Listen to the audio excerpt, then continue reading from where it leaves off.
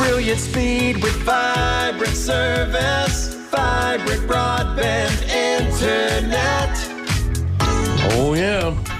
9:29 or 10:29. And let's bring it on. Crew, it's all your show. Well, thanks for having us, Jeff. Welcome to the Vibrant U Live. My name is Bo. I'm Shane. And I'm Nathan. And today we are going to have a little interesting conversation about jargon or acronyms that people use regarding the internet. And we may not know that we're even doing it, but it's kind of second nature now when you're texting, you're emailing, you're talking. There's a lot of, acronyms that we use on electronic mailing. Yeah. Exactly. There you go. Yep. Look at you. You didn't even know you were doing it, right? So if you've ever sent a text, I'm sure you are going to be familiar with a lot of these. So Shane's going to go into a little bit of the early background on how these got started. Yeah, I mean, acronyms started in the 1940s. Acronyms like ENIAC, which stands for Electronic, Numerical, Integer, and Computer, right? Sure. So it was started by the Everybody knows that military when they began developing early computers for ballistic calculations and code breaking. Then in the 50s and 60s, programming languages such as COBOL, COBOL, which stands for Common Business Oriented Language, and Fortran, which stands for Formula Translation, they were introduced to simplify and standardize the naming of programming languages. Yeah. In the 60s and 70s, the development of network protocols like TCP/IP, which stands for Transmission Control Protocol, Internet Protocol, and ARPANET, I know, Sure. ARPANET, Advanced Research Projects Agency Network. They led to more acronyms. And ARPANET, by the way, is the precursor to what is now the Internet. Oh, really?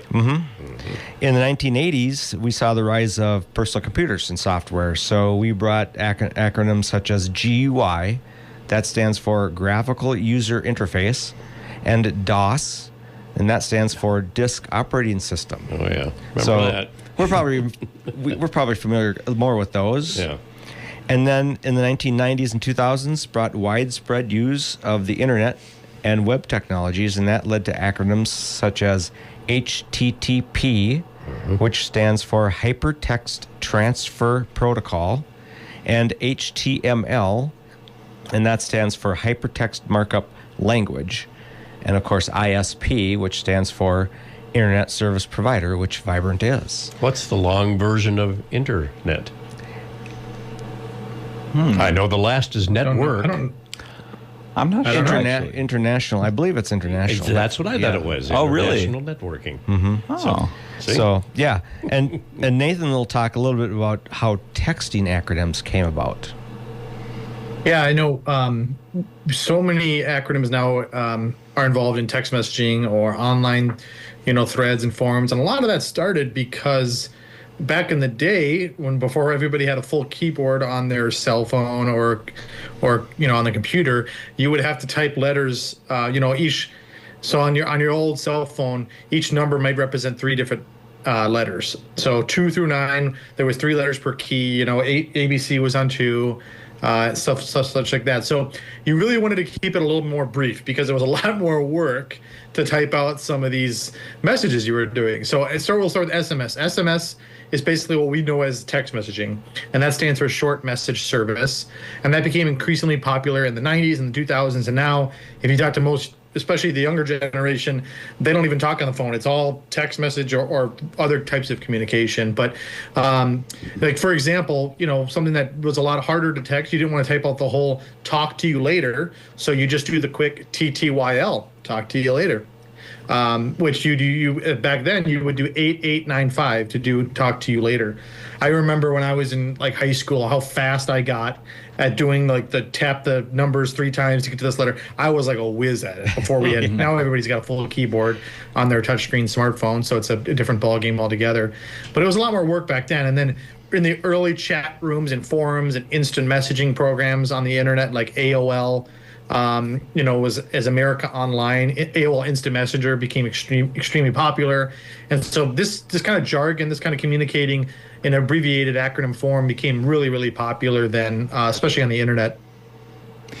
Yeah, and in our day to day, we deal a lot with with the internet, with people calling and asking for what speed they need, and so the terms we run into a lot are ISP or internet service provider. When we ask what do you have for internet, that's what is your ISP, and then if you're looking at speed or bandwidth, those are going to be measured in megabits per second or Mbps or gigabits per second, GBps, and that's just a measure of your bandwidth, your speed.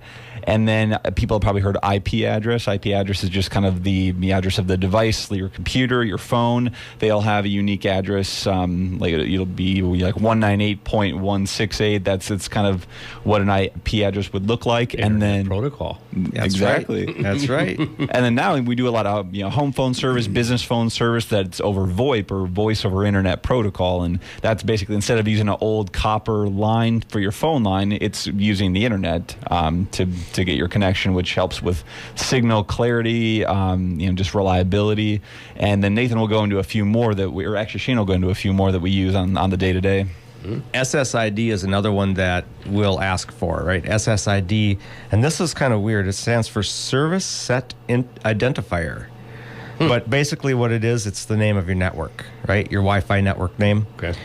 So you'll hear the sales team will ask, what do you want for an SSID?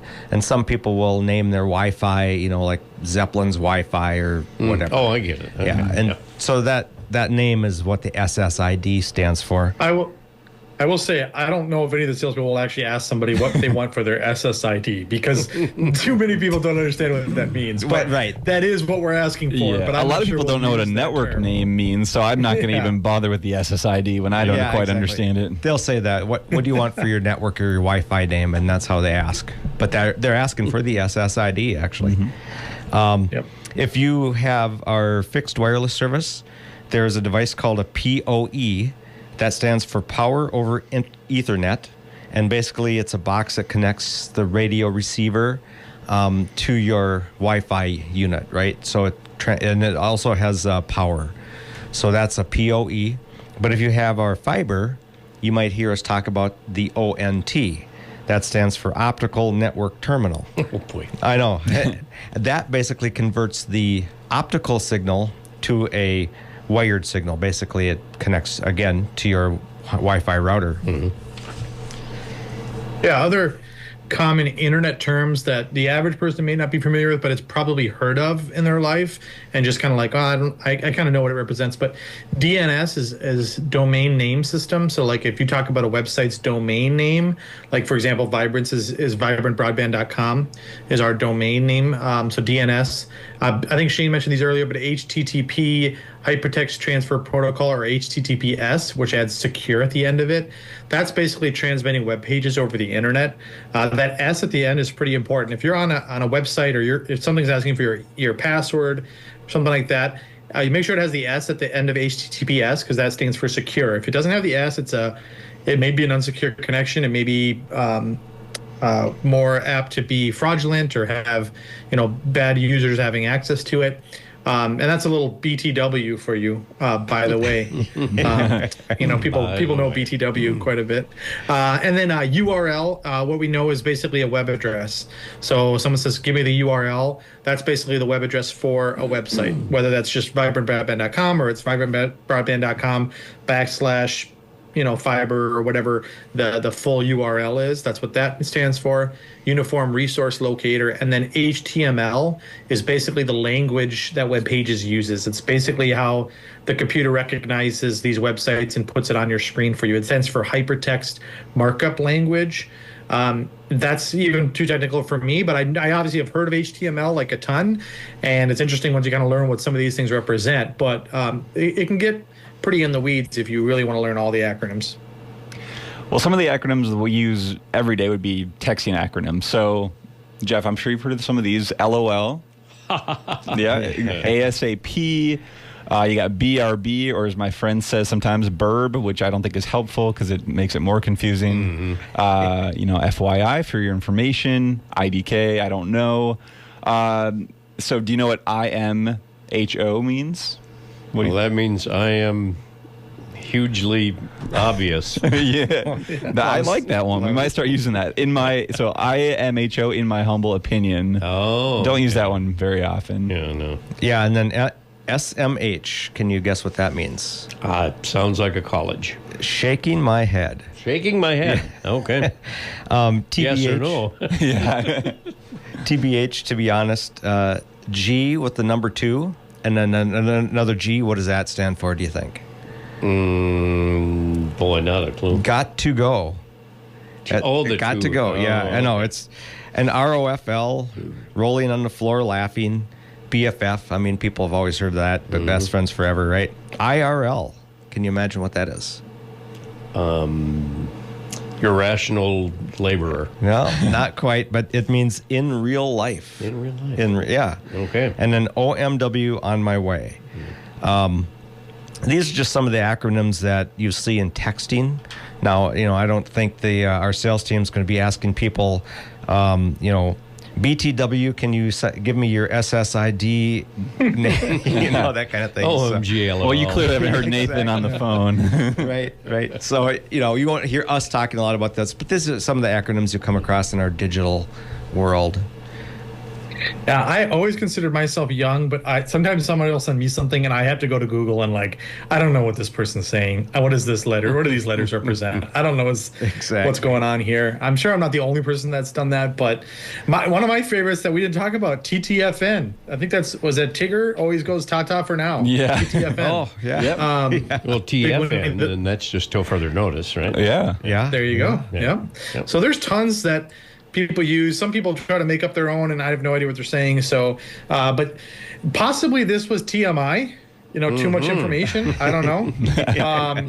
But FWIW, for what it's worth, acronyms aren't going away. They're actually like a pretty big part of our culture now. Every generation generally will add or create new ones. Like I said, there's new ones all the time that I don't even understand because I'm just not young enough, because the next generation uses their own lingo and jargon, especially on the internet. You've maybe even heard someone say LOL in real life, which I think is kind of weird when someone says that in real life, but certainly you'll see it probably in text messages. I always like the progression, LOL, laughing out loud, but ROFL is rolling on the floor laughing. That's like the next level of laughing. That's the highest level it's of higher. laugh you can get. Yeah. Exactly. Really? LOL is like, haha, it's a little chuckle, but if you're rolling on the floor, that's like something you're just dying about. But Well, just BIF. it to HL. That would be hyena-like. Yeah. There you go. There you go. That's a new one. We'll start that it's one. short, Yep, that's the new one. So BIF, before I forget, on Wednesday, March 19th, so that I believe that's 2 Wednesdays from today, we have our Dreaming of Streaming event. It's a free class teaching people how to stream, what the benefits are, stuff like that. This one's going to be in Paynesville. It's at the Green Roof Community Center. It's also known as the Senior Center, I think, if you know it by that name. But that'll be March 19th on Wednesday. Starts at 5:30. Like I said, we're going to talk about streaming, why it might be better, why it maybe can save you money.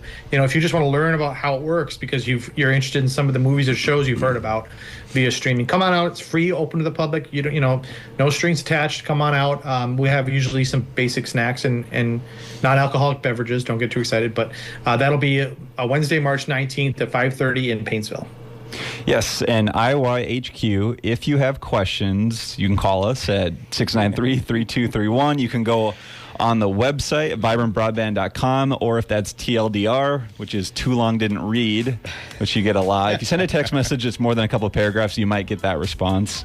You can always go on our YouTube channel and watch this or listen live here every Wednesday at 10:30 on KLFD. All right. And thank you, audience, for listening. Yep. Thank you, Jeff. You got it. I'm Shane. I'm Bo. And I'm Nathan. Tune in next week for another Vibrant You Live. Service, Vibrant Broadband Internet. Vibrant Broadband Internet.